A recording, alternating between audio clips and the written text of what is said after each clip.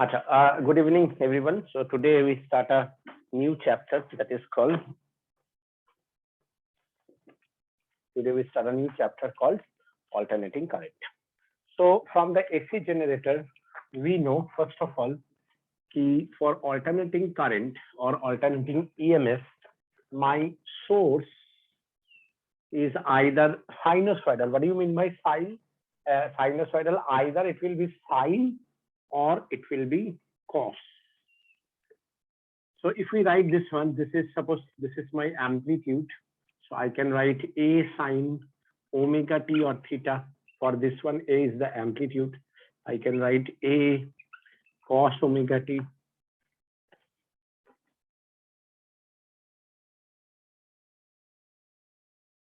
হ্যাঁ attendance করে দিয়েছি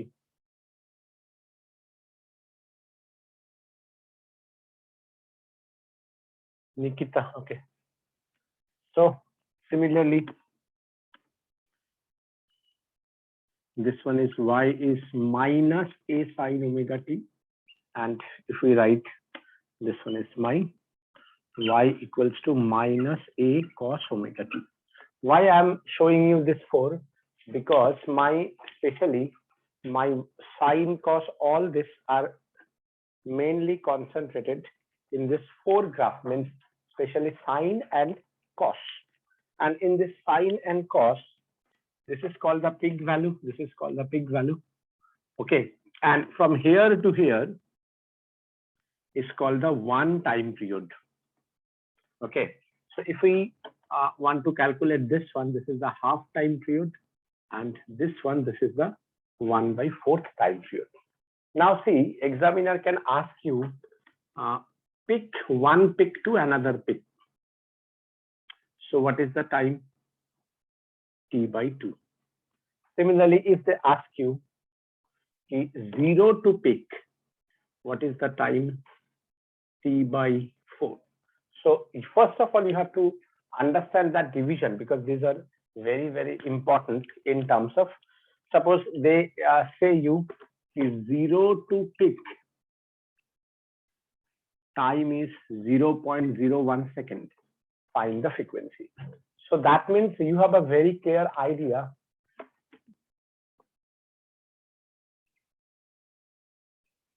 You have a very clear idea that 0 to peak time, that is T/4, that is 0.01 second. So your time period is 0.04 second. So frequency is 1/time, that is 1/0.04, that is 100/4, that is 25 hertz. Yes or no? Yes, sir. Yes, sir. After that, you have a very good idea about frequency, which you can represent a nu or f, which is 1/time period, and time period is 2π/omega. So my frequency is how much? Omega/2π. So these relations are very, very important. So omega equals to 2π frequency. Okay. Hello? It's T 2π/W means omega. हाँ, 2π/omega. Time period is 2π/omega. Class 11 में पढ़ा है. Time period of simple harmonic motion 2π/omega. Yes, sir. ठीक है. और अगर वैसे भी याद नहीं है तो छोटा सा रिकैप के लिए, time period is circumference by speed, speed is r omega, so 2π/omega. क्योंकि यूनिफॉर्म सर्कुलर मोशन जो है वो भी सिंपल हार्मोनिक मोशन होता है. ठीक है, एवरीवन अंडरस्टैंड? Yes, sir. तो यहाँ पे देखो, ये जो फॉर्म है, इस फॉर्म में I can put up voltage, I can put up current. If I put up current, so my equation is I, एक मैक्सिमम वैल्यू रहेगा. जैसे amplitude is the maximum value. So अगर मैं आई लिख रहा हूँ तो आई मैक्सिमम और आई नॉट साइन ओमेगा टी लिख सकता हूँ. जैसे मैंने लिखा, मानो current is 10 cos omega T, तो ये जो 10 है, that is the maximum value of current. Similarly अगर मैंने लिखा voltage, that is 5 sign omega T, तो 5 का मतलब क्या हो गया? इसका पीक वोल्टेज माने maximum voltage, that peak voltage is 5. Okay everyone? Yes और नो? Yes, sir. अब देखो इसका मतलब ये ऑल्टरनेटिंग, ये जो चैप्टर है एसी, इस चैप्टर में क्या होगा, current and voltage both are continuously variable. Current and voltage both are continuously variable. So as the current and voltage both are continuously variable, so it is very tough to measure the voltage or current at any instant, or it is very difficult to say what is the voltage. Are you getting my point? मैंने क्या बोला समझ में आया सबको?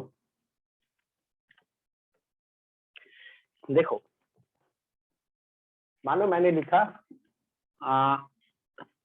ये मेरा current है 5 एम्पियर है, तो मैंने बोला करंट कितना है, ये मानो करंट का 5 एम्पियर. करंट कितना है तुमने बोला 5 एम्पियर, लेकिन 0 भी है, 5 भी है, 0 भी है, -5 भी है, 0 भी है, तो तुम मेजरमेंट कैसे करोगे, है ना?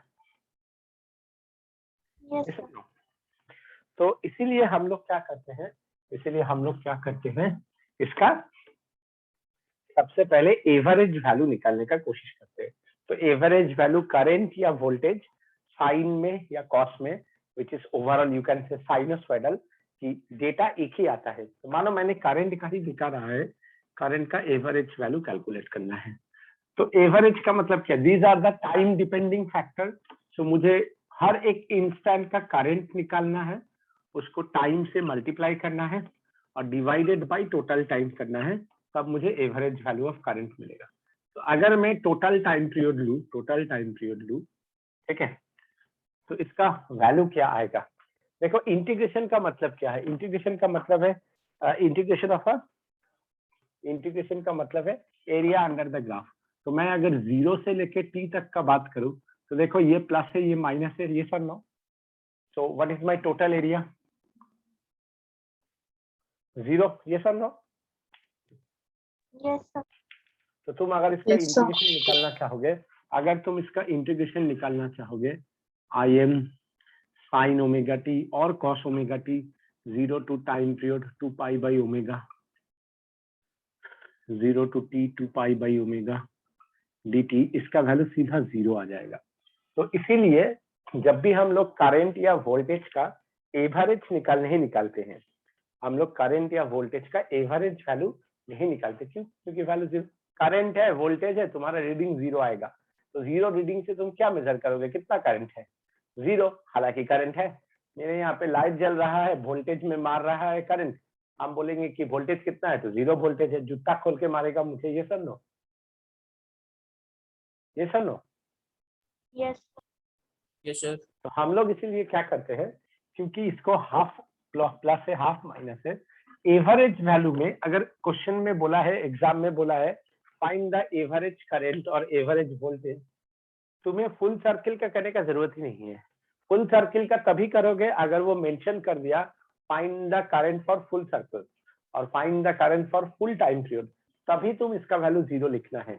ठीक है, अगर मेंशन कर दिया व्हाट इज द करंट और what is the voltage for a complete circle, तभी तुम्हें आंसर लिखना है 0. Otherwise it is understood, it is well understood और इट इज इटसेल्फ अंडरस्टूड, कि ये अंडरस्टूड है कि इसको हमें फुल सर्किल का नहीं लेना है, तो हमें क्या लेना है, हाफ सर्किल का लेना है. क्यों? क्योंकि इधर हाफ है, इधर हाफ है. तो आई एवरेज जो भी हम लोग बुक में निकालते हैं, आई एवरेज व ई एवरेज, वोल्टेज का एवरेज जब भी हम लोग निकालते हैं, हम लोग हाफ सर्किल का निकालते हैं, पाई बाई ओमेगा. क्यों? क्योंकि देखो ये आधा, तो हम लोग आधा का कम से कम जो पॉजिटिव वैल्यू वाला का था कुछ वैल्यू आएगा ना, तो हम लोग इसलिए आधा का निकालते हैं. आई डी टी कुछ नहीं बोला है, मतलब आधा के लिए बोल रहा है. अगर लिखा हुआ है फुल टाइम पीरियड, मतलब समझ जाना 0 आंसर है. Yes or no. yes, sir. Yes, sir. अब तुम खुद ही देखो, यहाँ से अगर मैं आई एम को बाहर कर दूं, sine omega T D T 0 to pi by omega, और ये आएगा पाई बाई ओमेगा. तो क्या आएगा, आई एम साइन का integration minus cos omega T by omega into pi by omega 0 to pi by omega. So omega omega cancel, तो क्या हो गया I M minus cos omega pi by omega, minus minus plus cos 0, तो omega omega cancel, क्या आ गया I M minus cos pi plus cos 0, that is I am 1 plus, नीचे एक पाई है ना, सॉरी नीचे एक पाई है, ये वाला pi, 1 plus 1 by pi which means 2 by pi I M. तो याद रखना आई एवरेज का value 2 by pi maximum value which is the peak value, या average EMF that is 2 by pi E maximum होता है। किसके लिए? साइनोसॉइडल वेव के लिए। ये सब no. Sir, can you repeat what you told that box one thing? ये वाला, नहीं सर, वो ऊपर वाला भी आप लिखा ना। अरे अभी हमने निकाला ना 2 by pi I M, yes sir. इसी को मैंने लिखा आई एम का, आई एवरेज का वैल्यू होगा 2 बाई पाई आई एम, या ई एवरेज का वैल्यू होगा 2 by pi E M for the half circle. कुछ नहीं बोल रहा है, मतलब वो हाफ सर्कल ही बोल रहा है, ठीक है। लेकिन अगर वो फुल सर्कल चाहिए उसको, तो वो मेंशन कर देगा फुल सर्कल। फुल सर्कल मतलब 0। अगर वो फुल सर्कल मेंशन कर रहा है करंट या वोल्टेज एसी में, अल्टरनेटिंग करंट में, द आंसर इज 0, ठीक है। Okay sir. लेकिन अगर वो कुछ नहीं बोल रहा है, मतलब वो उसका इंडिकेशन है, ये अंडरस्टूड है हाफ सर्कल के लिए ही, clear? Okay everyone, everyone is it okay? Hello. Yes, sir. Yes, sir. तो एक चीज देखो, इससे मेरा पूरा काम नहीं बना, ये मेरा हाफ सर्कल, ये मेरा हाफ सर्कल हुआ, फुल सर्कल के लिए नहीं हुआ, आधा आधा के लिए हुआ। देखो अगर जैसे in our household my frequency is 50 hertz, 50 hertz का मतलब है 0.02 सेकेंड, तो 02 सेकेंड बाद ये यहाँ पे आ जाएगा, मतलब 0.01 सेकेंड बाद ये चेंज कर रहा है। हमारा जो आंख है वो 0.1 सेकेंड से फास्ट अगर कुछ है उसको कंटिन्यू ऑब्जेक्ट दिखता है 0.1 सेकेंड, और यहाँ पे क्या हो रहा है 0.01 सेकेंड, तो 0.01 सेकेंड काफी फास्ट है। तो इससे मेरा प्रॉब्लम सॉल्व नहीं हुआ। इससे क्या हुआ कि मेरा करंट टक टक टक टक टक टक टक टक टक टक ऐसे करके, अगर ऐसे करके दिखा रहा है और मैं बोल रहा हूँ what is the reading, it is very difficult to measure. Yes सब नो, बोलो कितना मेजरमेंट है, बोला मुश्किल है कि नहीं, बोलो Yes, sir. ये सब नो। अगर मेरा नीडल, मानो मेरा 0 से लेकर 100 तक वेलोसिटी है, और मेरा नीडल कोई एक जगह पे नहीं होके मेरा ऐसे ऐसे ऐसे ऐसे करे, सो कितना स्पीड में है हम कैसे बता सकेंगे? नहीं बता सकेंगे ना। मुझे तो ऐसे ऐसे कहीं एक जगह पे होगा तभी ना हम बता सकेंगे, ये सब नो। Yes, sir. तो मेरा इससे भी पूरा सॉल्व नहीं हुआ, तो इससे भी मेरा पूरा काम नहीं हुआ। तो इसीलिए इस एवरेज वैल्यू से भी आरएमएस वैल्यू ज्यादा इंपॉर्टेंट है। आरएमएस का क्यों जरूरत है? नाउ आई शो यू कि why this RMS value is very very essential. और तुम लोगों का शायद लास्ट 2 क्लास का नोट्स भेजना बाकी है, थोड़ा सा बाकी है मेरा, और वीडियो 1 क्लास का अभी तक मैंने नहीं भेजा है ना।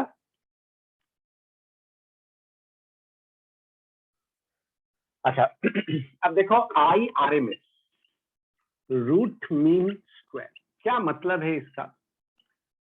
Integration of I square dt by dt power half. Is it clear? Yes, sir. तो देखो यहाँ पे हम हाफ टाइम पीरियड ले, फुल टाइम पीरियड ले, कोई फर्क नहीं पड़ता है। अब मैं इसको एक्सप्लेन करता हूँ कि why the name is RMS. देखो रूट डिवाइड किया बाय द टाइम तो मीन, और देखो इक्वेशन को स्क्वायर किया तो स्क्वायर, तो रूट मीन स्क्वायर। मैंने ऐसा क्यों किया? मेरा क्या प्रॉब्लम हो रहा था? मेरा प्रॉब्लम ये हो रहा था, ये पॉजिटिव ये नेगेटिव, मैं पॉजिटिव के लिए हाफ मिल रहा था, नेगेटिव के लिए हाफ मिल रहा था, लेकिन दोनों एक साथ नहीं आ रहा था, ये सब नो। Yes, sir. लेकिन मैं अगर इसको पहले देखो, मानो इसका 5 है, इसका -5 है, तो मैं इसको पहले स्क्वायर किया, 5 का स्क्वायर कितना, 25, और -5 का स्क्वायर कितना, 25, उसको फिर रूट किया तो कितना वैल्यू आएगा, 5 आई। Plus minus 5. +-5, 5 ही आएगा। रूट के अंदर कभी नेगेटिव नहीं होता है, ये सब नो। Yes sir. तो रूट अगर नेगेटिव नहीं है तो तुम नेगेटिव कैसे बोल रहे हो, नेगेटिव चला गया, ये सब no. yes sir, everyone satisfied ना। Yes, sir. Yes, I sir. Phi कहाँ से, आई फाई कहाँ से आ रहा है, ये तो सिंपल वैल्यू है। क्लियर? Yes, okay. तो बेसिकली मतलब क्या है, मैंने रूट किया, स्क्वायर करके रूट किया। देखो क्यों, क्योंकि मैंने जब स्क्वायर किया ये नेगेटिव वाला पॉजिटिव आया, लेकिन डबल हो गया, मतलब 5 को 25 हो गया, फिर उसको रूट कर दिया तो ये नेगेटिव वाला भी मेरा पॉजिटिव आ गया। ये सब नो, Yes, ये sir. सब नो। तो आप मेरा देखो रूट एंड स्क्वायर, इसका मतलब इसको हमने जो ये जो था नेगेटिव जितना था उसको पॉजिटिव कर दिया। अब तो मैं इसका एवरेज निकाल सकता हूँ, अब तो मैं इसका एवरेज कर सकता हूँ, ये सब लो। Yes sir. तो एवरेज में मैं यहां तक करूं या यहां तक करूं, बात एक ही है। अगर तुम 0 to t/2 भी लेके करो, जो आंसर आएगा 0 to t लेके भी करो वही आंसर आएगा। तो मैं t लेके ही करता हूँ, 0 दोनों का सेम ही आंसर आएगा, क्योंकि अभी एक्चुअल इसका टाइम पीरियड क्या हो गया, t/2। Yes sir. तो इसका मतलब समझ में आया कि मैंने रूट और स्क्वायर क्यों किया। स्क्वायर और रूट इसलिए किया, नेगेटिव को पहले पॉजिटिव किया, फिर रूट करके उसको एम्पलीट्यूड को मेंटेन रखा, राइट। तो अब देखो क्या हो गया, और एवरेज क्यों किया, क्योंकि वो कांस्टेंट नहीं था, वो वेरिएबल था। तो इसको अब हम जब करेंगे, so I M square sine square omega T D t by 2 pi by omega, इसका integration 0 to 2 pi by omega. जब मैं इसको करूंगा अच्छा हाफ, तो इससे हम सबसे पहले आई एम स्क्वायर को बाहर किया, integration of sine square omega T D T 0 to 2 pi by omega by 2 pi by omega power half. अब देखो क्या होगा, आई एम स्क्वायर इसका वैल्यू क्या हो गया, पाई बाई ओमेगा, और इसका वैल्यू है 2 पाई बाई ओमेगा। तो तुम लोग ये लिख लो कि integration of 2 pi by omega sine square omega T D T, इसका जो वैल्यू होता है पाई बाई ओमेगा, ये तुम्हारा टाइम सेविंग करेगा। ये आया कहाँ से, I can explain it, but पहले तुम इसको अभी याद रखो कि इसका हम डायरेक्ट वैल्यू पुट कर देंगे अगर ये एग्जाम में आया, तो it will save your time. Half, so pi by omega cancel, सो क्या आया, आई एम बाई √2। इसका अगर वैल्यू करना है तो देखो, वैल्यू करने के लिए क्या करेगा, 1/2 से डिवाइड करो और 2 sign square omega T D T. जब तुम इसको करोगे, I think all of you जो जिसका मैथ से उसको मालूम है, 2 साइन स्क्वायर ओमेगा टी का फॉर्मूला होता है 1 माइनस क्या होता है, कॉस 2 ओमेगा टी। ये सब नो, ये सब नो। फिर उसको इंटीग्रेट करो, देखो ये वैल्यू आ जाएगा, ठीक है। हेलो, yes, जिसका मैथ से वो लोग कैलकुलस में किया है, और जिसका मैथ नहीं है जरूरत भी नहीं है, सीधा याद रखना ये जो वैल्यू है, याद रखना ये जो वैल्यू है ये पाई बाई ओमेगा होगा। सो आई एम बाई √2। तो इसका मतलब क्या है, आई आर एम एस जो हो गया that is I am by √2। भी आर एम एस कितना हो जाएगा, आई एम बाई √2। और इसका मतलब क्या है, ये जो मेरा ऐसा जो था, ये आरएमएस वैल्यू मुझे क्या देगा, स्ट्रेट लाइन वैल्यू देगा। इसीलिए हम लोग ऑल्टरनेटिंग करंट में जितना भी, I repeat, in case of alternating current जितना भी वोल्टेज या करंट मेजरमेंट करते हैं, the values they all are in RMS value. मेरे पास एक बल्ब खरीद के लाया, उसमें लिखा हुआ है 220 वोल्ट एसी। सो वो जो 220 वोल्ट है वो आरएमएस वैल्यू है। मेरे घर पे एक वायर यूज हुआ 5 एम्पियर वायर, तो वो जो 5 एम्पियर है वो आरएमएस वैल्यू है। समझ में आया? तो हमारा हाउस होल्ड जो सर्किट है, the circuit, the input signal is AC signal.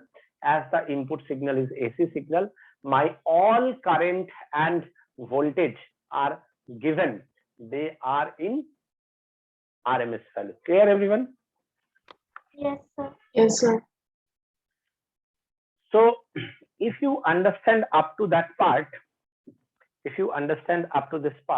so now I can write in our household circuit, all the current and voltage in our household circuit, all the current and voltage are measured in which value? Are measured in RMS value. अब यहाँ पे देखो एक बड़ा सुंदर question, छोटा सा 1 या तो 2 मार्क्स का क्वेश्चन पूछता है. The question is why 220 volt AC is more dangerous than 220 volt AC is more dangerous than 220 volt DC. Why 220 volt AC is more dangerous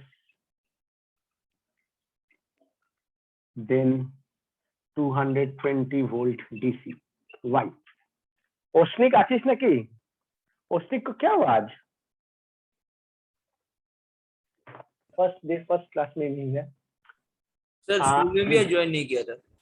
हाँ, स्कूल का क्लास में भी ज्वाइन नहीं किया था. तबीयत खराब होगा शायद. Why 220 volt AC is more dangerous than 220 volt DC? तो देखो 220 volt DC का मतलब क्या है? Peak value is 220 volt. Yes or no? Yes, Yes, sir. sir. In case of DC and in case of AC, देखो AC कैसा होता है, ऐसे करके होता है. So in case of AC, 220 volt means RMS value. So V RMS, that is 220 volt, which is मैंने क्या बोला? Which is V maximum by √2. So my V maximum is how much? √2 into 220. ये √2 into 220 कितना हो गया? लगभग 311.2 volt, 12 volt. Yes or no? तो देखो 220 volt DC का पीक वैल्यू कितना है? 220 volt. 220 volt AC का पीक वैल्यू कितना है? 311.12 volt. So 311 is more than 220, na? Yes, sir. That's why 220 volt AC is more dangerous than 220 volt DC. Clear, everyone? Yes, sir. Okay. After that, I want to give you some questions related to this part, and you please try and tell me the answer. Huh?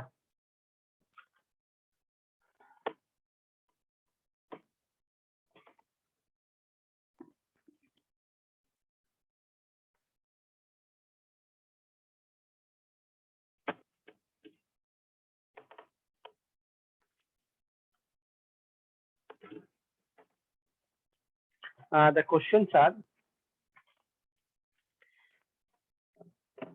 question number 1, I is equals to 3 sin omega t plus 4 cos omega t. Question number 2,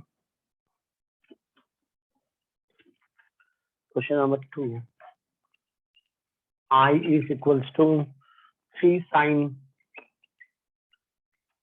omega t plus 4 cos omega t plus 30 degree. Question number 3, I equals to 3 sin omega t plus 4 sin omega t plus 60 degree. Question number 4, I equals to 3 cos omega t plus 4 cos omega t minus 60 degree. Okay, everyone got it? Yes, sir. In each case, for each case, find IRMS and I average value. Try this question.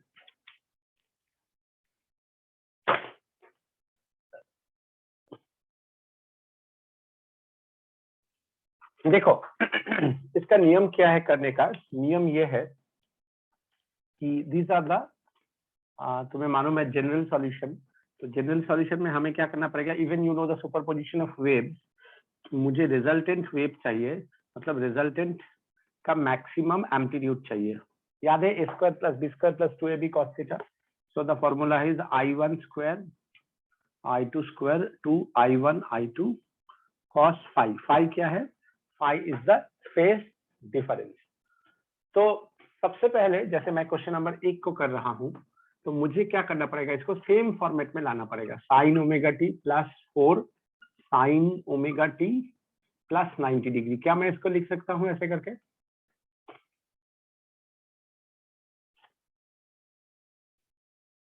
Yes or no? Yes, sir. Yes, sir. If I can write in that way, that means my phase difference is how much? Phase difference is 90 degree. Amplitude क्या है? 3 and 4. So my amplitude is first question का 3 square plus 4 square plus 2 into 3 into 4 into cos 90 degree. Cos 90 क्या होता है? 0. So 9 plus 16 plus 0, that is 25. That means 5 ampere. Yes or no?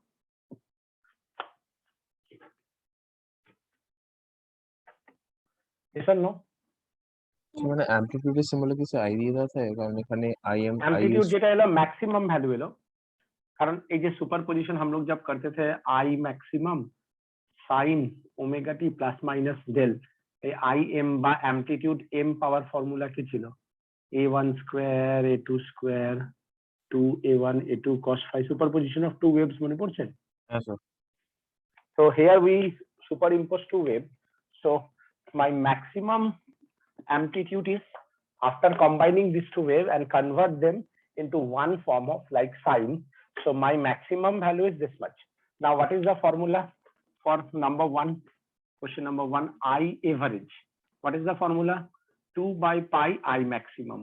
So my I maximum is how much? Pi at 5. So into 5, that means what is the value? 10 by pi ampere. Okay, and I RMS is how much? I maximum by root 2. I maximum is how much? 5. So 5 by root 2 ampere. Yes or no? Yes, sir. Everyone satisfied?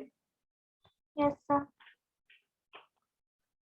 Now if we see the second question, how we convert this? Sin omega t plus 4 sin omega t plus 90 degree plus 30 degree. So what is my phase difference?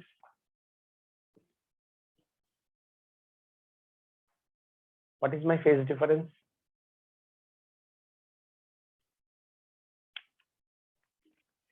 इसके respect पे कितना ज्यादा है? हाँ? +1. How much? 120. 120 degree. So here, instead of cos 90, now I can write 120 degree. And when I write 120 degree, so what is the value? 12 minus half. So what I have? 25 minus 12. কত হয়ে যাচ্ছে? 13, right? So what is my I maximum? Root 13. Yes or no? হ্যাঁ sir. Yes, sir. So this is my how much? यहाँ पे लिखेंगे root 13. यहाँ पे क्या लिखेंगे? Root 13 by 2 ampere. Yes or no? Understand? Second question. Yes. Yes. Now if we see the third question, देखो दोनों साइन में ही है. So what is my phase difference?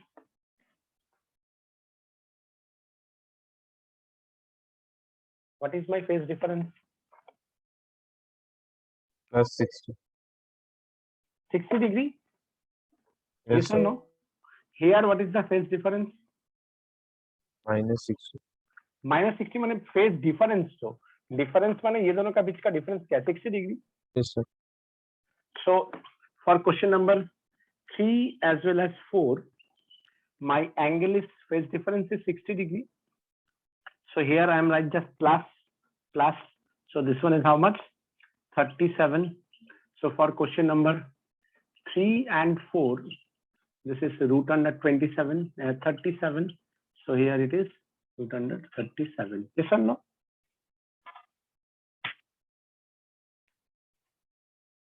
Everyone okay? Yes, sir.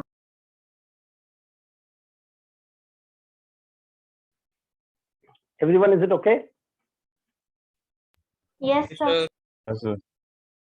Okay, now I show you one more type of numerical related to that average current and average EMF. Okay, ভালো করে বুঝেছিস তো এই পাঠটা? ये वाला फॉर्मूला याद रखना, जब भी whenever they give you sinusoidal माने sin and cos, they give you the combined form. You have to find out the resultant amplitude, and resultant amplitude formula is the vector form. याद करो, हम लोग जब सुपरपोजिशन ऑफ टू वेव्स पढ़ा था, उसमें दिखाया था they are exactly like vectors, a square plus b square plus 2ab cos theta del is tan inverse b sin theta by a plus b cos theta. तो इसीलिए जब भी हम लोग सुपरपोजिशन ऑफ, यहाँ पे क्या होता है, सुपरपोजिशन ऑफ वेव्स ही हो रहा है, तो सुपरपोजिशन ऑफ वेव्स हो रहा है मतलब we treat them as a vector, and that's why AC जो है, एसी पूरी वेक्टर फॉर्म में डील किया जाता है. ठीक है? Yes, sir. अच्छा, इसको छोड़ के एक डिफरेंट टाइप का भी क्वेश्चन देता है. That question is very very popular, specially in board exam. बहुत बार दिया है ये क्वेश्चन. ठीक है, तुम लोग देखोगे बहुत बार ये क्वेश्चन आया है. यहाँ पे दिया है +5, यहाँ पे दिया है -5. ठीक है, मानो ये वोल्टेज है, हमने वोल्टेज इसलिए लिखा, थोड़ा देर पहले करंट लिखा था, तो अभी हम लोगों ने वोल्टेज किया. 0 to 46 time in second. Question is find V average and V RMS value. Clear? Yes or no? तो सबसे पहले this is not sinusoidal. Yes or no? Yes, sir. तो साइनोसॉइडल में या किसी भी चीज में हम लोग जब एवरेज वैल्यू निकालते थे क्या करते थे कि याद करो V dt by dt, यही करते थे ना? Yes or no? Yes, sir. Yes, sir. लेकिन यहाँ पे जो है मेरा फंक्शन इज नॉट साइनोसॉइडल, तो मुझे ऐसे करके ना करके मैं इसको ऐसे करके कर सकता हूँ ना, यहाँ से लेके यहाँ तक, मतलब V1 T1 V2 T2 dot dot dot Vn Tn by total time. We can write in that way also. Integration of V dt मतलब हर एक का वोल्टेज, हर एक का टाइम का सम अप, है ना?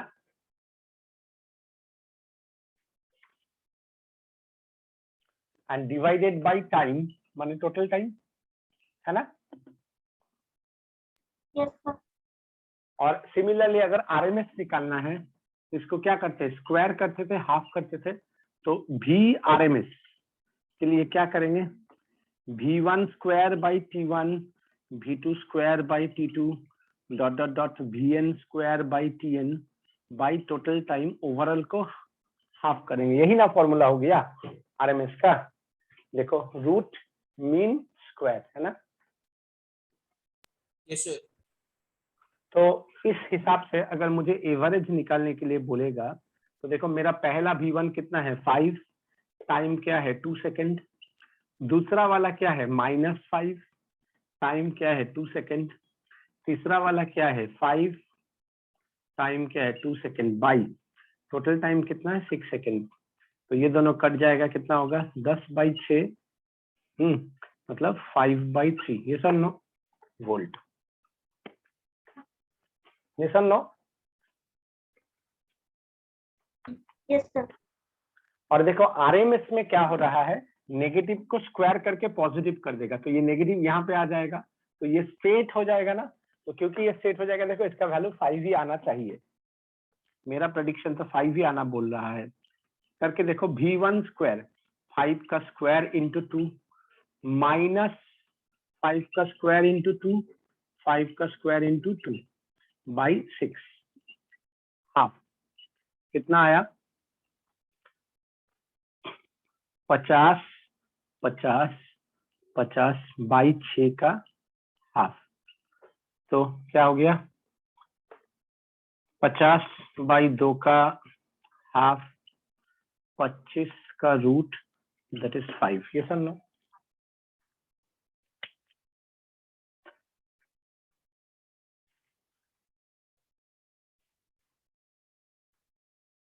Yes, sir. Everyone, is it okay? Yes, sir. Everyone got it now? Yes. Yes, sir. तो अगर ये तुम लोगों को समझ में आ गया है, then I'm shift into next part, which is very very important, and for that I need your concentration at least 15 minutes. Okay. इसमें देखो 3 पार्ट है, ठीक है, एक है प्योर रेजिस्टेंस, दूसरा है प्योर इंडक्टर, तीसरा है प्योर कैपेसिटर। तो तुम्हें इस तीनों के बारे में काफी डिटेल में जानना है, काफी अच्छा से जानना है, क्योंकि ये तीनों ही इस एसी का पिलर है। मतलब if you understand that 3 part properly, that means AC is very simple thing for you, but if you don't understand that thing, so AC तुम्हारे लिए कुछ समझ में नहीं आएगा। So I'm really very sorry, जो लोग आज का क्लास मिस किया, अगर वो लोग वीडियो ठीक से नहीं देखेगा, वो कितना भी ब्रिलियंट हो जाए, नेक्स्ट क्लास में उसके लिए लगेगा सर क्या पढ़ा रहा है। तो आइदर जो लोग क्लास मिस किया है वो लोग वीडियो देखना, फिर नेक्स्ट क्लास ज्वाइन करना, अदरवाइज उसको नेक्स्ट क्लास ज्वाइन करना एकदम यूजलेस हो जाएगा। So before I start, that's why I am saying, so ये 3 पार्ट बड़ा इंपॉर्टेंट है। कहीं पे भी कोई भी दिक्कत है, एनीवन प्लीज टेल मी कि sir I don't understand that part, ये फिर से बोलो। और जरूरत पड़े तो वेडनेसडे के क्लास के पहले इस तीनों जो पार्ट में कराने जा रहा हूँ, इसको 4-5 बार लिखो, देखो, एकदम मुंह के मुंह जवानी हो जाना चाहिए। देन एंड ओनली देन तुम एसी को लेके खेल सकते हो, एकदम एसी को लेके, क्योंकि इस एसी का ये तीनों बैकबोन है, ठीक है। So first one is the pure resistance. Pure resistance क्या है? मेरे पास एक रेजिस्टेंस है और इसको मैं एक इनपुट सिग्नल से कनेक्ट किया, which is my AC signal. जैसे हम लोग बैटरी में ऐसे करके सोर्स लगाते हैं प्लस एंड माइनस, एसी का सोर्स ऐसा होता है और यहाँ पे एक वेव सिग्नल होता है। That wave signal indicate that is the AC signal, one side is positive, one side is negative. हम लोगों ने यहाँ पे जो इनपुट सिग्नल लिया है that is EM sin omega T according to generator, AC generator. तुम्हें मालूम है हम लोगों ने का जो आया था EM sin ओमेगा टी, तो sinusoidal either this one is in sine और this one is in cos, whatever, तुम्हें इसका रेफरेंस में मुझे सोचना पड़ेगा।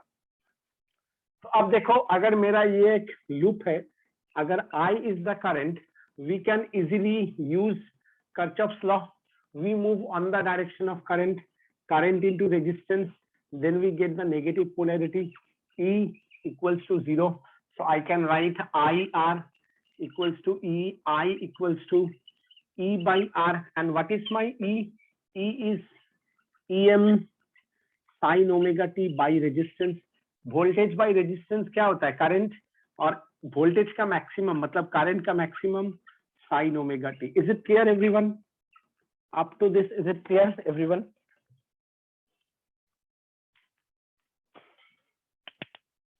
Yes, sir. Yes, sir. Everyone? Yes, sir. So if it is yes, if you understand all this part, so I just want to mention one thing कि देखो ये मेरा इनपुट सोर्स है, इसके रेस्पेक्ट पे मेरा अगर प्योर रेजिस्टेंस है तो मेरा करंट ऐसा होगा। तो इसको अगर मैं एनालिटिकली दिखाऊं, इसको मैं अगर एनालिटिकली दिखाऊं, ठीक है, तो अगर मेरा ये ब्लू वाला, अगर मेरा ये ब्लू वाला ईएमएफ का इक्वेशन है, इनपुट ईएमएफ का, ईएमएफ ई साइन ओमेगा टी, तो इसके रेस्पेक्ट पे अगर मैं करंट को ड्रॉ करना चाहता हूँ, दोनों साइन है, मतलब ईएमएफ जब जीरो करंट भी जीरो, ईएमएफ जब मैक्सिमम करंट भी मैक्सिमम, ईएमएफ जब जीरो करंट भी जीरो, ईएमएफ जब मिनिमम करंट भी मिनिमम। तो ये एकदम सेम ग्राफ डिक्टो ऐसे करके गया। और यहाँ पे ये जो रेड वाला है, देखोगे ब्लू वाला से नीचे कहीं कहीं पे है, ब्लू वाला से ऊपर है, मतलब इस करंट का एम्पलीट्यूड को यहाँ पे हमने वोल्टेज का एम्पलीट्यूड से कम शो किया है। तो इसका मतलब क्या है, हमने जो ये जो रेजिस्टेंस है, रेजिस्टेंस का वैल्यू 1 से ज्यादा मान लिया है।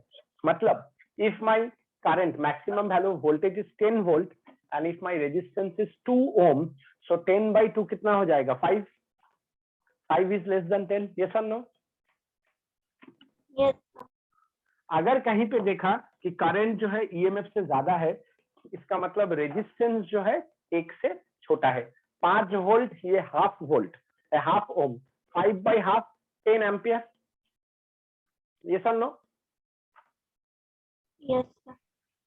तो मैं इस हिसाब से कह सकता हूं कि this is my current, I equals to I M sine omega T. तो इसको कहता है कि वोल्टेज एंड करंट का analytical graphical representation. This is the graphical representation.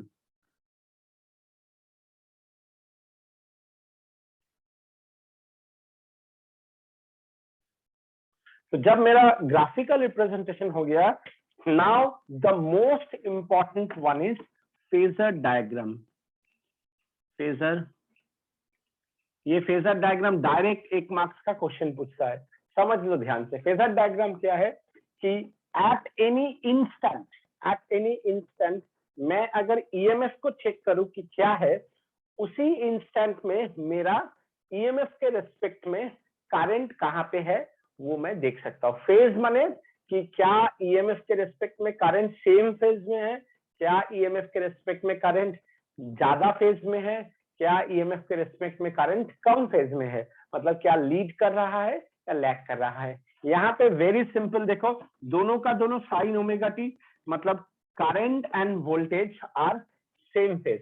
So I can write here कि in case of pure resistance current and voltage are in same phase, है ना? Yes or no?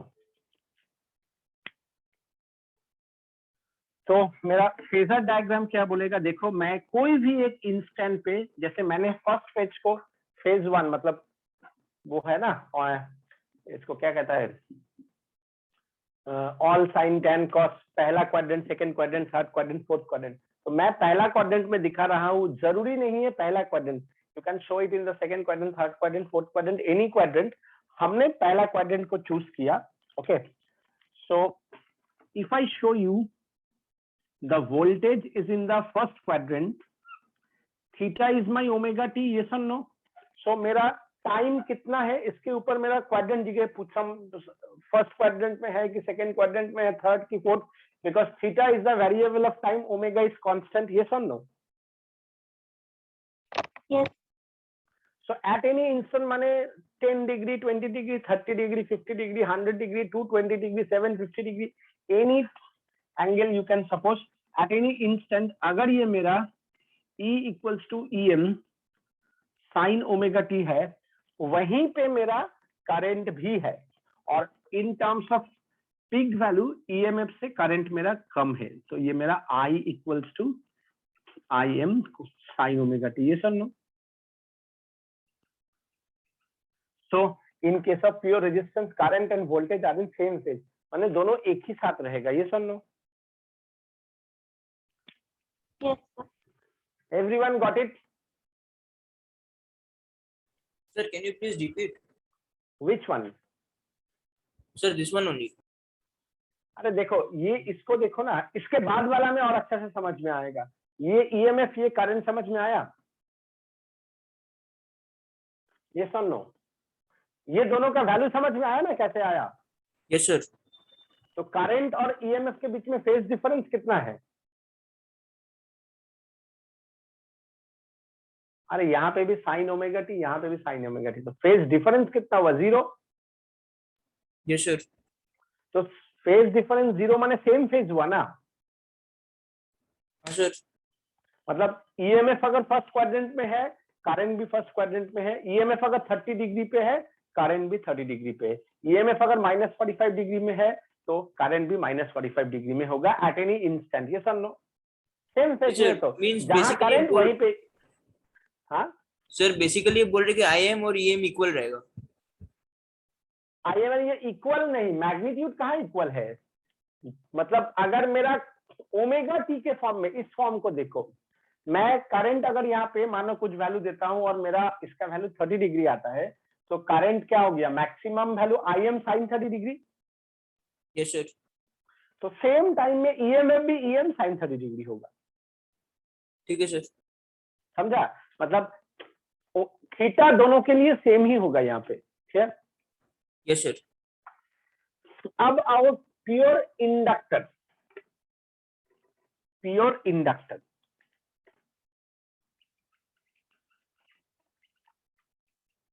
Pure inductor. अब देखो, तुम लोगों को और अच्छा से समझ में आ जाएगा कि मैं कहना क्या चाह रहा हूं।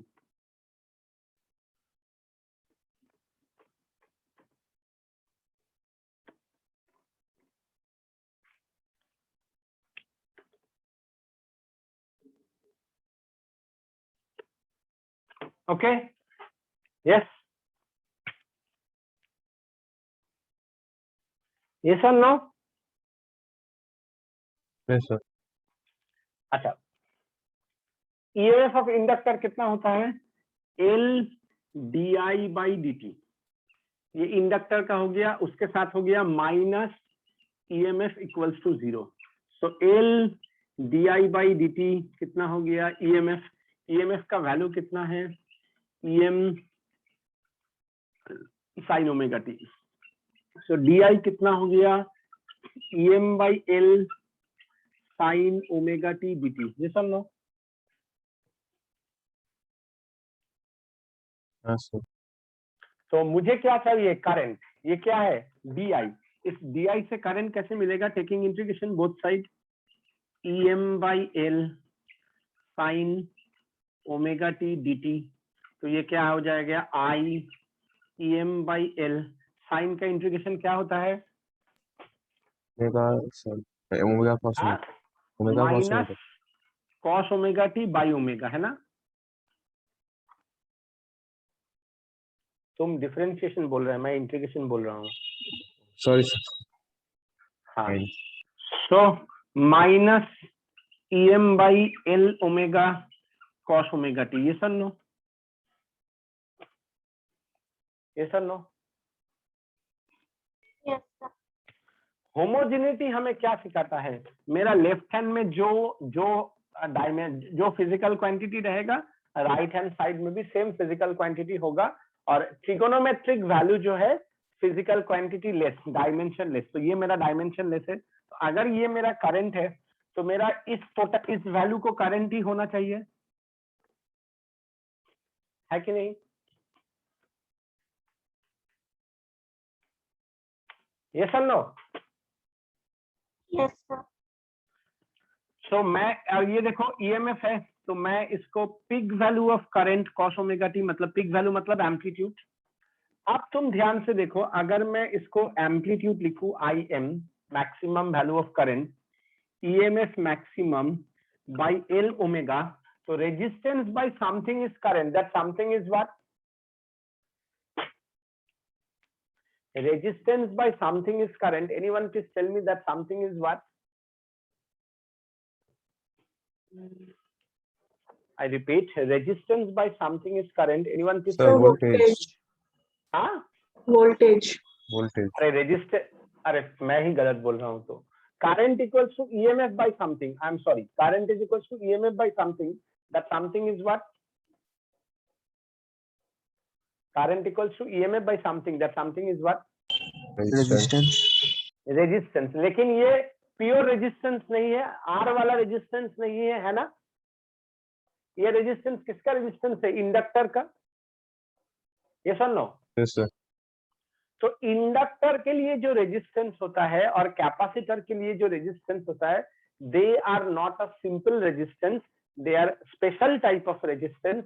इसीलिए इसको रेजिस्टेंस नहीं बोलता है, इसको बोला जाता है रिएक्टेंस। रिएक्टेंस दो ही तरह का होता है, एक कैपेसिटर के लिए, एक इंडक्टर के लिए। Why? Because they are not resistance, they are special type of resistance. तो रिएक्टेंस ऑफ इंडक्टर, इसको रिप्रेजेंट किया जाता है X. X is the representation of a reactance और एल फॉर इंडक्टर क्या वैल्यू है? Omega L. इसका एसआई यूनिट कितना होगा? ओहम। समझ में आया? ओहम आया मतलब रेजिस्टेंस ही है yes or no. Yes, sir. लेकिन ये जो रेजिस्टेंस है ये फ्रीक्वेंसी डिपेंडेंट रेजिस्टेंस है, मतलब ये नॉर्मल रेजिस्टेंस नहीं है। तो इस तरह का रेजिस्टेंस को बोला जाता है रिएक्टेंस। रिएक्टेंस दो ही तरह का होता है, एक होता है इंडक्टर के लिए, एक होता है कैपेसिटर के लिए।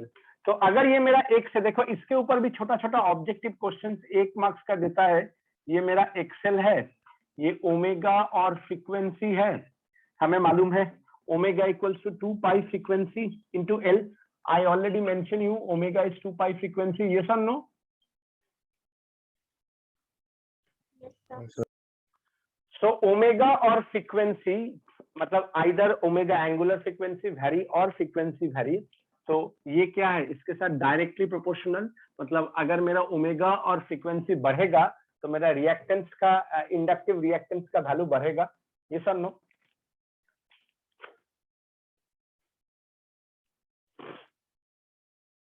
ये सर नो? Yes. अच्छा, if you understand up to that part, तो देखो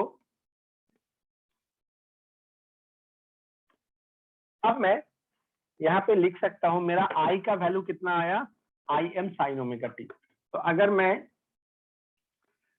ग्राफिकल रिप्रेजेंटेशन में जाऊं तो ये मेरा ईएमएफ है, E equals to EM sine omega T. ये सब लो है ना? ये सब लो, ये सब लो। Yes, sir. तो अगर ये मेरा ईएमएफ है तो इंडक्टिव करंट कहां से शुरू हो रहा है? कॉस और माइनस। तो ये शुरू कहां से होगा? इधर से। ये मेरा माइनस कॉस का ग्राफ है। पहले ही बताया मैंने कि 4 तरह का ग्राफ है। y equals to a sine omega T, y equals to minus a sine omega T, y equals to a cos omega T, y equals to minus a cos omega T. यही 4 तरीके का graph है। तो ये मेरा second graph है। ये सब नो, इसका वैल्यू क्या है? Minus I am cos omega T. ये सब नो,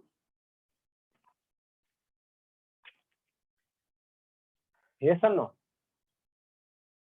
Yes, sir. तो इस ग्राफ को ध्यान से देखो। एक्चुअली इस ग्राफ का क्या मतलब है? ये पीछे से शुरू हुआ है, या तो हम ऐसे करके बोल सकते हैं जब मेरा ईएमएफ 0 है, करंट नेगेटिव में है, तो ये दोनों का बीच में कितना एंगल का डिफरेंस है? देखो 90 डिग्री का डिफरेंस है।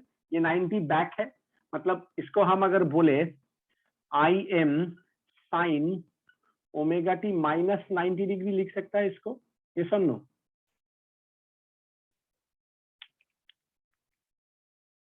ये सुन लो। तो देखो इसके रिस्पेक्ट पे ये कितना है? लैग है या लीड है? 90 डिग्री आगे आगे चल रहा है कि पीछे पीछे चल रहा है? Hello hello backward. Hello. Backward माने लैग। हाँ सर। सो क्या है कि in case of pure inductor, inductive current lag by 90 degree with respect to input EMF. Yes और no? Yes or no? So we can write in case of pure inductor, input inductive current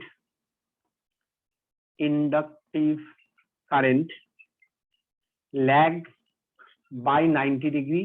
और इसका हम उल्टा अगर देखें, inductive voltage जो तुम लोगों को नहीं है, सिर्फ एक ही जगह पे जरूरत पड़ेगा, और inductive voltage lead by 90 degree. So in case of pure inductor, inductive current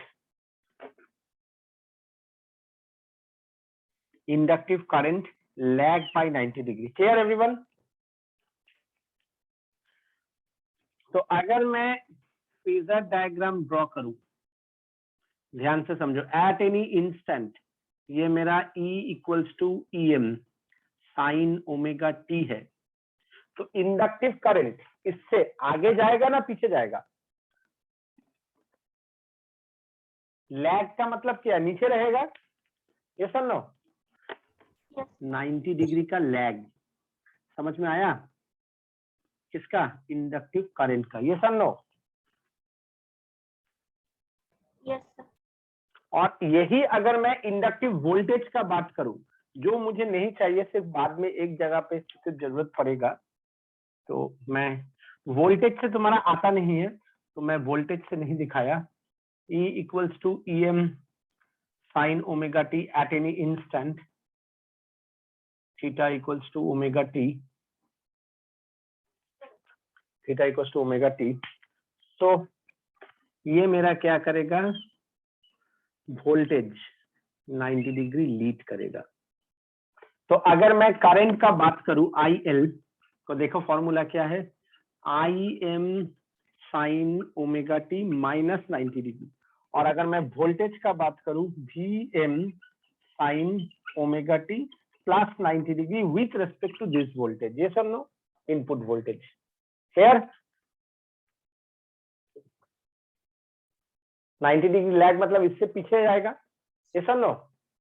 sir हाँ, স্যার এরকম করে স্যার বলা যায় না যে since voltage is in opposite direction to that of induce current, so এটা অপোজিট ডাইরেকশনে মানে অপোজিট অফ ল্যাগ হবে 90 ডিগ্রি। हाँ, किंतु আমার যেটা, मेरा जो मेन टारगेट है, ये मेरा इनपुट है। ट्राई टू अंडरस्टैंड, ये कहीं पे भी है, अगर ये यहाँ पे होता एट एनी इंस्टेंट, मतलब theta equals to omega T, अगर ये मेरा E equals to EM sine omega T है, इससे 90 डिग्री लैग, मतलब ये मेरा IL हो जाएगा। समझ में आया? 90 डिग्री इससे पीछे रहेगा बस।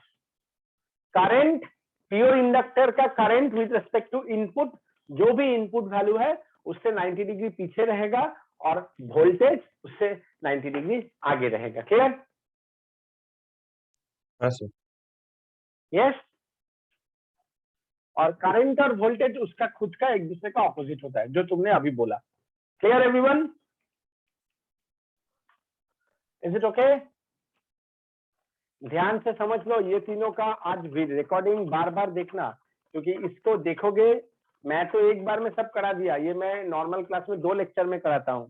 ठीक है, तुम लोग को 2 लेक्चर 1 लेक्चर में हो गया, क्योंकि तुम लोग ऑनलाइन में कर रहा है। ठीक है, सो इसको ध्यान से समझ के 2-3 बार वीडियो देख के नेक्स्ट क्लास में ज्वाइन करना। हाँ, तो देखोगे कितना आसान लगेगा। एक और बचा है, that is the pure resistor, pure capacitor. ये तीनों का करा देंगे, जरूरत पड़ेगा तो नेक्स्ट दिन में कहीं पे भी कोई डाउट है, you can free to ask. हाँ, लेकिन पहले, उसके पहले अच्छा से देखो, जहां जहां डाउट होगा उसको नोट डाउन करो, मुझसे क्लियर कर लो, फिर हम लोग नेक्स्ट पार्ट पे जाएंगे। नहीं तो अगर समझ में आ गया, बिलीव मी, ऐसी हंसोगे, और अगर समझ में नहीं आए, दुनिया में कोई ऐसी पढ़ा ले, कुछ समझ में नहीं आएगा। तो ये जो मैं पढ़ा रहा हूँ, that is the easiest way. ऐसी मेरे पास मतलब बड़ा बड़ा जगह का, हाँ, नारायणा, तुम्हारा चैतन्य, सब जगह का बच्चा आने के बाद बोलते सर ऐसे करके ऐसी किसी ने नहीं पढ़ाया, क्या मस्त वे में पढ़ाया। आकाश, सब बड़ा बड़ा का मैं देख चुका हूँ, that's why I am saying. ठीक है, अब देखो, pure capacitor.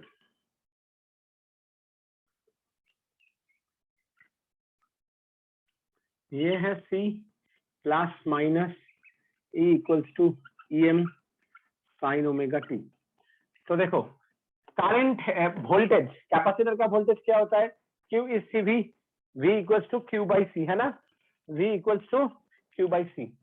तो Q by C minus E equals to 0, तो Q by C equals to E, that is EM sine omega T.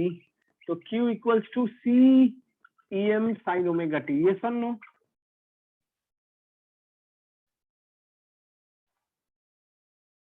ये सन नो, Yes, hello. sir. Yes, sir. अच्छा, चार्ज से मुझे करंट चाहिए, how we get it, dq by dt C E omega sine omega t d omega t into d omega T by dt।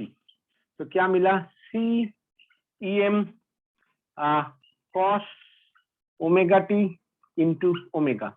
तो C omega EM cos omega T, that means EM by 1 by C omega cos omega t, EM by, we can write it XC cos, अच्छा रुको बाद में लिखते हैं इसको, IM cos omega T. ध्यान से देखो I इक्वल्स टू, हाँ, सो IM that is EM 1 by C omega, that is EM by resistance due to capacitor, जिसको reactance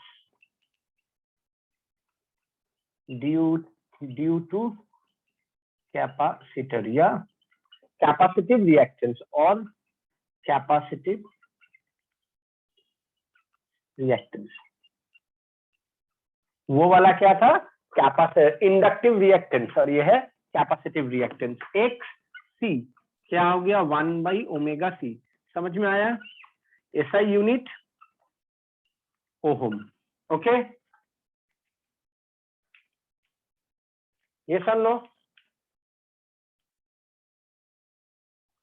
इसको तुम चाहो तो 1 बाई 2 पाई फ्रीक्वेंसी इंटू सी लिख सकता है। मतलब ये मेरा एक सी है, ये ओमेगा और फ्रीक्वेंसी है, तो ये क्या हो गया, इनवर्सली प्रोपोर्शनल। ये 1 मार्क्स का क्वेश्चन, ये दोनों में से एक क्वेश्चन देता ही देता है, या तो रिएक्टेंस का या तो कैपेसिटर का रेजिस्टेंस वर्सेस एंगुलर फ्रीक्वेंसी और फ्रीक्वेंसी का ग्राफ। मतलब ये एकदम कंपलसरी है, 1 नंबर का क्वेश्चन ये दोनों में से एक देगा ही देगा। मतलब 50% चांस है दोनों में से एक क्वेश्चन आएगा, या तो ये वाला या तो ये वाला। Okay everyone, Yes. तो अब तुम खुद ही देख लो, अब तुम खुद ही देख लो, if you understand the derivation, अब तुम खुद ही देख लो। इसको एनालिटिकल प्रोसेस बोला जाता है। जब तुमने ये निकाल लिया तो नाउ आई कैन इजीली से कि ये मेरा E equals to EM sine omega T है, और ये क्या है, करंट किसमें है, कॉस। ये मेरा हो गया IM और ये मेरा हो गया EM। I equals to IM cos omega T. देखो आगे है ना, मतलब लीड है। What do you mean by lead, IM sine omega T plus 90 degree लिख सकता हूं, लिख सकता हूं। Yes, sir. So what we can say, in case of pure capacitor, in case of pure capacitor, capacitive current lead by 90 degree with respect to input EMF. Yes or no? Yes or no? Yes, sir. तो phasor diagram कैसा होगा, phasor diagram कैसा होगा, अगर ये मेरा EMF है, EM sine omega T, ये मेरा थीटा ओमेगा टी है, eight any instant in the capacitive current lead by 90 degree. So I am sin omega T plus 90 degree. और यही अगर मैं वोल्टेज में बोलूं, ये अगर मेरा E equals to EM sine omega T है, ये मेरा थीटा है ओमेगा टी, तो मेरा capacitive voltage VC 90 degree lag करेगा VM sine omega T minus 90 degree. Yes और no? Yes everyone? Yes, sir. So यहाँ तक ही रहने दो आज के लिए, जरूरत पड़ेगा तो मैं नेक्स्ट क्लास में इसको फिर से एक बार बताऊंगा, but before that you please try this, see this video. मैं आज ही ये वीडियो अपलोड कर देने का कोशिश करूंगा, ठीक है? I am stopping the recording.